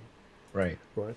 And the 10 Commandments are the first 10 only of 613 mitzvot given by God to the Jewish people. So they form the foundation of Jewish ethics, behavior, and responsibility. So Hmm. these commandments are mentioned in order twice in the Torah. And Torah means law, right? Once each in the book of Exodus and in the book of Deuteronomy. So I'll pause here, guys. You can see the similarities here between these laws, these Right. older laws. And don't forget, Christians do follow the 10 Commandments. Yeshua is Yahweh. What was the great point that I made? Just to clarify. So I'll pause there. AT, I'll leave it up to you. No, I mean, and this is really good stuff, everyone. Lloyd, thank you so much for taking the time to research this, to do so honestly, to look at it as objectively as possible. And one thing that I would like to point out to everyone and to caution all of us is we all need to realize and understand that we have our own biases, right? Every single one of us has a bias. If you say you don't have a bias, you don't know yourself very well. We all have presuppositions when it comes to any particular topic, right? We all have a worldview, a lens in which we look through the world of. And if you're wise and self-reflective, you're going to know um, your own weaknesses, your own biases, and your own presuppositions. So if I just encourage everyone to know who they are, right? Know what their biases are and their presuppositions are, and challenge those things from time to time, right? So if you're one of those people who in the past was taking other people's word for what's in the Talmud and how evil and blah blah blah it is, or how terrible the Noahide laws are without looking too deeply into it, you probably thought that way because you had a presupposition. You had a presupposition that Jewish people are out there and they're evil and they're trying to, do this, that, and the other. And you were blinded to the facts that Lloyd has shown you, right? Lloyd has put aside his own presuppositions, and he's been able to show us a methodology to look at things more objectively. So that's all I'm going to encourage people to do is just think, understand who you are, and look at things as objectively as possible while continuing to challenge your own presuppositions and your own confirmation biases. Yeah. I will mention that there was a time I believed all of this. All the stuff about Islam, I believed all of it. I was duped. I believed every word, hook, line, and sinker, until I started reading. Right. You Okay? you said Islam, you meant Judaism, right? No, both. Both. Both. I, Okay. Okay. everything that people telling me about the Jews and everything about the Talmud, I literally believed every word until I started reading the thing. I believed everything about Islam until I started actually reading. Okay? Kamal says Jesus is in hell suffering and boiling feces according to the Talmud. Now, look, yes, that reference is in there. I'll get into that another time. Now, I'll give you an example. It says, there's one story in the Talmud that says that Jesus was in the yeshiva with his rabbi, and he was a terrible student, okay, who kept looking at girls with lust, and he was thrown out for being a bad boy. And then Jesus goes to Egypt, he learns witchcraft, and he comes back knowing as a master of black magic. And he does miracles using black magic, as using the power of evil. And that's fantastic, except that story was written between 150 and 200 years before Jesus Christ was born. So that story is an old legend that actually goes back to almost 2 centuries before the birth of Christ. It refers to someone else called Jesus, because it might seem strange to you, but Jesus was actually a reasonably common name in the area Yeshua. at the time. Right. Yeshua was not, it's like saying a guy called Paul. My buddy Paul just stabbed someone down the lane. Are you saying that the Apostle Paul stabbed somebody in Boston? Right. In an alleyway Right. behind a pub? Paul's a common name. Yeshua was a common name. So people will love to tell you that story. Again, there's another story that Jesus, his mother, had sex with a Roman legionary called Pantera, and Jesus was born. Well, the Jews didn't make up that story. That's reported in the Talmud, certainly. And again, it's not in every version of the Talmud. There are multiple versions of the Talmud. And some, actually, in some cases, Christians took the Talmud, added stuff in, burned the originals, wrote things into the Talmuds that exist, and those things, we don't know if they were original or not. Okay, Right. Christians did some pretty sick things. The church has blood on its hands. It literally does. Christians did some very evil, sick things to Jews. Okay, and so the story of Pantera actually comes from the Romans. That's a Roman legend. The Romans hated Christians too. Don't you remember? They fed them to lions. That's a Roman story to smear the church, to smear Christians. It's not a Jewish story. They didn't make it up. So there's a lot more to these things than you realize. Okay. Right. And I mean, there's propaganda all over the place. And I Correct. would like to add one thing. So these are self-proclaiming Christians who are doing these terrible blasphemous things. These Yeah. aren't actual Christians. I want people to know that. Yeah. No, so the thing is we need to get context. Now look, the Talmud says plenty of things. We do need context, okay? And unfortunately, just like Muslims don't give the Bible any context and just say things, we shouldn't do it when talking about some of these other things. Okay? So I'm just Nicholas Paulson just mentioned Hammurabi, the Code of Hammurabi. I'll just quickly skim through this. Let's look at the offense, stealing, okay? This is God's law. Restoring double in Exodus 22. If you steal something, you steal $50, you got to give the guy 100. The Hammurabi's law, death. Okay, this is he shall pay double unto his neighbor. Burglary, restoring double. If the thief be found, let him pay double. Hammurabi, death. Everyone says that, actually the Jews just stole the code of Hammurabi. Nonsense. Harboring a fugitive slave, no offense in Deuteronomy. So clearly, they didn't like slavery back then already. Death in Hammurabi. Injuring a slave, freedom is given to the slave. The master is compensated, screw the slave, right? Injuring a rich man, same injury inflicted on the injurer, same injury inflicted. Okay, there's a similarity. Injuring a poor man, Right. okay, different. Injury followed by death to a rich man's daughter, each case is judged, death of injurer's daughter. Injury followed by death to a poor man's daughter, fine. They cared more about the rich than the poor. That's very obvious. Okay, so understand the Mosaic law repudiated most of the ancient laws, practices of executing the children of lawbreakers, because these laws were rejected as being evil. There are too many differences. These are just a handful. Okay, there are too many differences to show that there was any direct borrowing. I can go into this another time. Guys, hopefully I've started to clarify this. I didn't go over every line in my presentation. You're welcome to grab it, download it, read it. It's online. The links are below. It's like 6,000 pages. It's a lot. Yeah, it's a billion pages, but understand, I wanted there so much to be said about the law, and I did hammer home a few points over and over. So any last questions, and then we'll wrap it up, man. But we need anything from you, AT. But hopefully you understand. There's a lot more to this than we realize. People are lying to you. They are flat out lying to you. And I'm going to do a lot more. I'm probably going to end up doing like 30 hours of this just on the Talmud, just to show you how people are absolutely lying to you. Right. And I think just bring this up to people who disagree with us. As you know, a couple people dropped a few questions into Lloyd. Hey, was Jesus? Does the Talmud say that Jesus was boiled in water? Well, yes, the Talmud says Jesus was boiled in water. That's 100% true. However, who is Jesus in this story, right? These are things that we need to ask questions Yeah, of.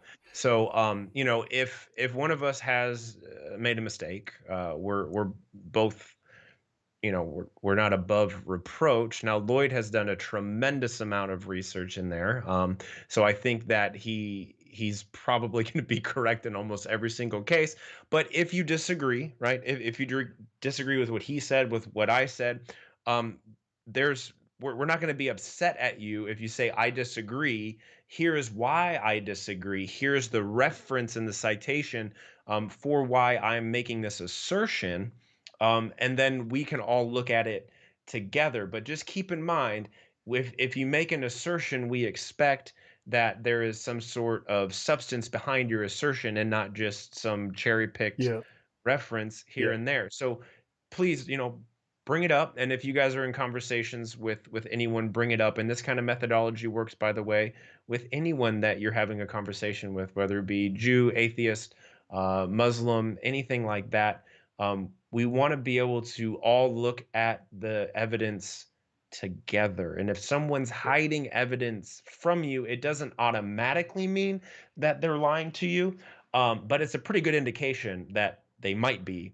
yeah. So just keep pressing them forward until they bring forth their evidence. If they refuse to, then I think you just need to disengage with the conversation.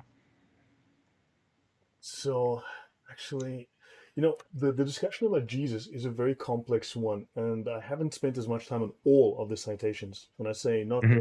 I haven't looked at every single one because look, there's hundreds of people for hundreds of years have been writing thousands of lines, right? So the ones I've looked at, I've told you two already, but there are instances certainly where in some versions of the Talmud, not all, okay, Hmm. where verses were known to be inserted by Christians or hated Jews. This has happened, but there are cases where the Jews are very angry because the church has been killing them. The church stole their books, the church burned their books, the church destroyed their synagogues, they were chased out of their countries, they were robbed of their homes, their wealth, and thrown Hmm. out in poverty. This was done by Christians, right? Right. They were angry, and then they would write these polemics against Christianity because they were mistreated, because Hmm. they were reduced to poverty, they had their daughters raped, forcibly converted. There were some serious issues going on at the time. So they were Right. angry. So they wrote things. So in contextually, we need to realize that they were wronged and they were angry, and they said, well, if Jesus is such a good guy, what's with these Christians being so evil? And I think in that case, in those cases, there's a legitimate wrong that was done to them, and they are justifiably angry. Right. Understand? And this is, guys, this is one of Jesus' most important teachings. To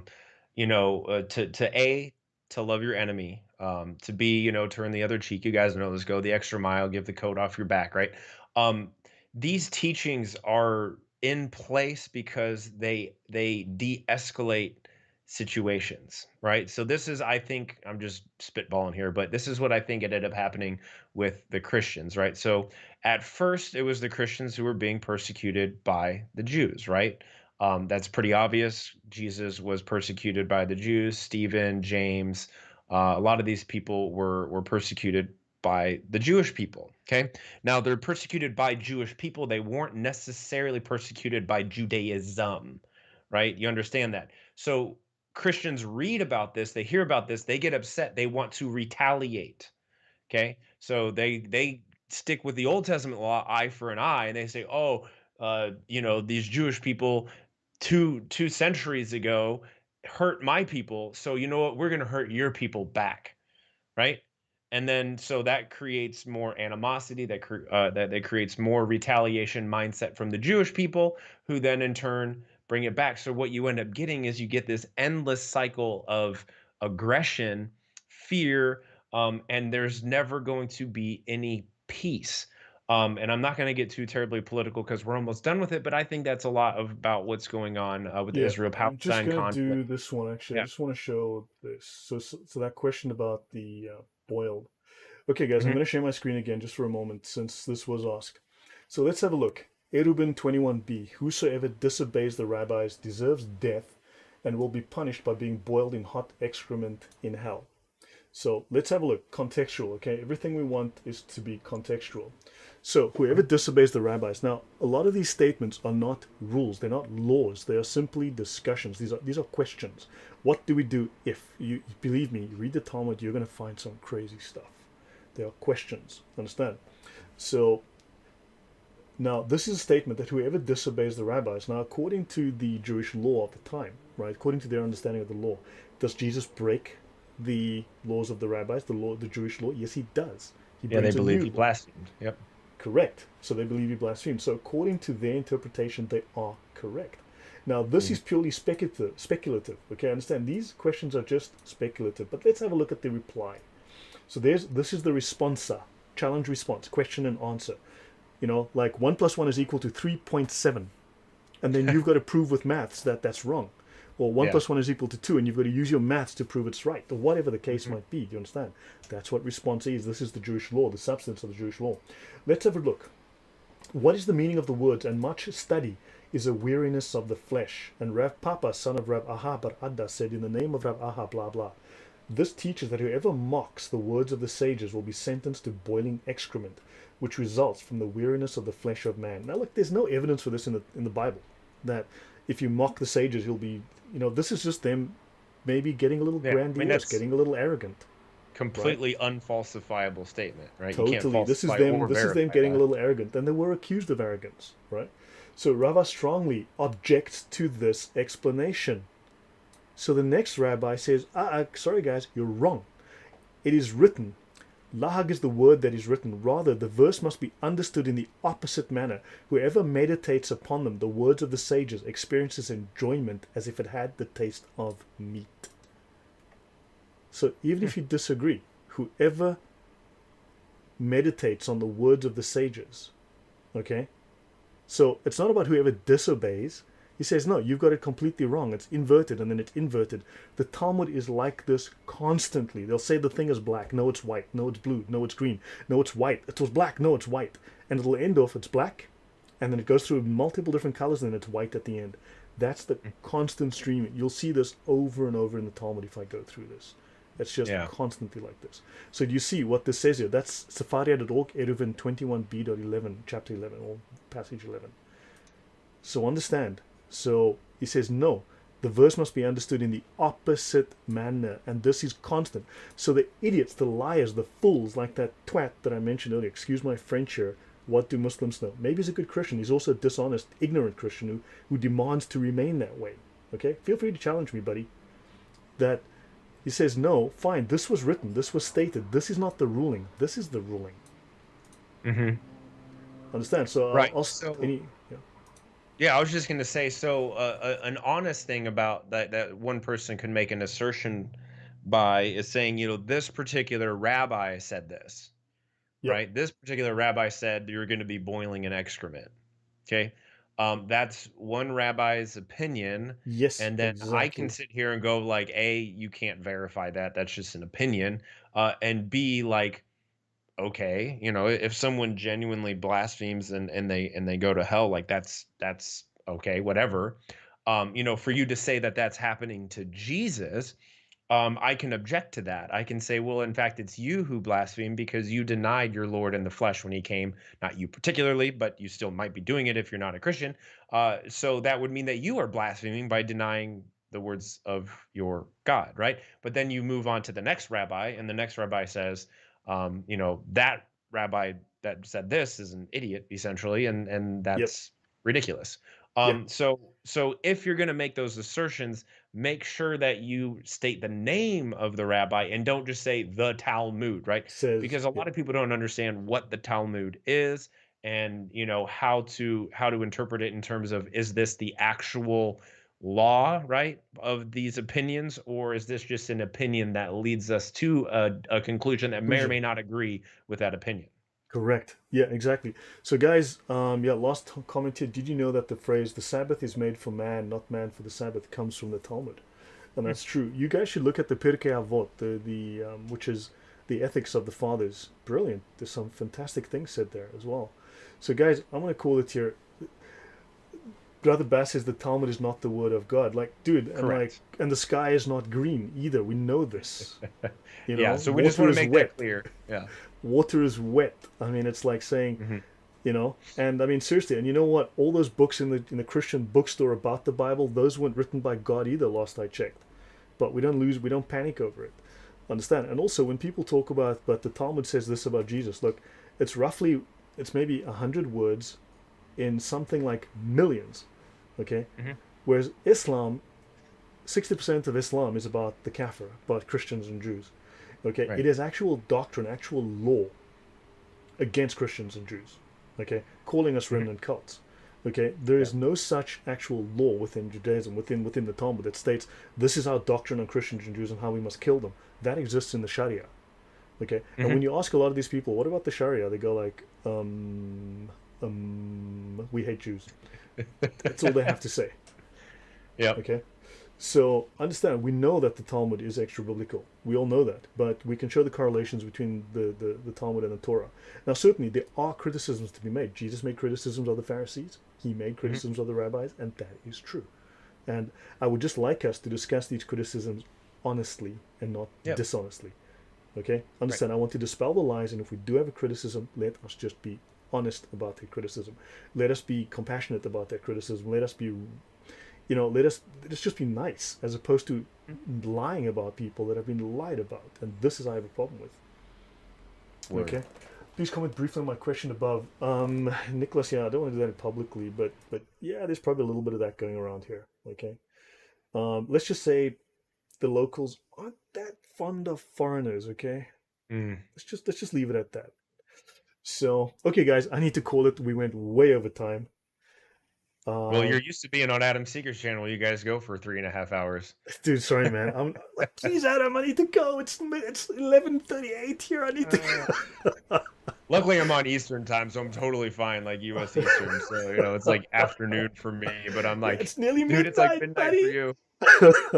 But Yeah, I got. it's such interesting stuff you guys are talking about. Like it's so challenging to get off and to not to the okay, we got to pick it up a different day, but you're on a roll. You know what I mean? So Oh, Tibidon uh, Yeshua Akbar al Azim. I have no idea what that means.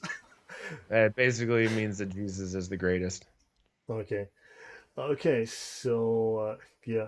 So guys, I'll call it here, right? So I hope that was helpful. I hope that was educational. Understand there's a lot more to it. You've been given one quote, one verse, one sentence, sometimes a quarter of a sentence, and it's like, oh, the Jews said. No, no, they didn't.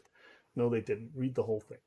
So guys, Hmm. hopefully that's helped. If you have any questions, drop them in the comments. For those who hate Jews, just drop your lies and your excuses and things in the comments too. And I'd like to know your names, and I'd love to know your arguments so that I can deconstruct them for next time and mention you by name. Okay. And for those Christians who've been taken in, seriously, guys, um, you know, Yeah, you're wrong. You're just very wrong. Yes, there are issues. Yes, let's just be honest about what those issues are. Okay. Mhm. Thanks, guys. We call it here. Have a great night. Have a wonderful week. Next weekend, I may not be able to stream. I have family staying over, so they'll be in this room. So yeah, I won't be able to use it because that's our guest room. So All right. All right, fine. Well, I'll just have to do my own live stream, see if I can't debate somebody. It'll be yeah. sorry about that, At. Sorry to let you down. Unless you want to do It's all like a right. different night or It's all something. right. And apparently, I have to say, Yeshua Akbar al-Azin. So, yeah, Yeshua is the greatest. So, So on the count of 3, 1, 2, 3. Yeshua Akbar al Yeshua Azim. Akbar al-Azin. I don't know if I Okay. said it right, but that was good. We got it. Okay, guys. Yeah, I want to end this. Have a good night. Take care, Hey, guys. we'll see you guys. Cheers. Bye.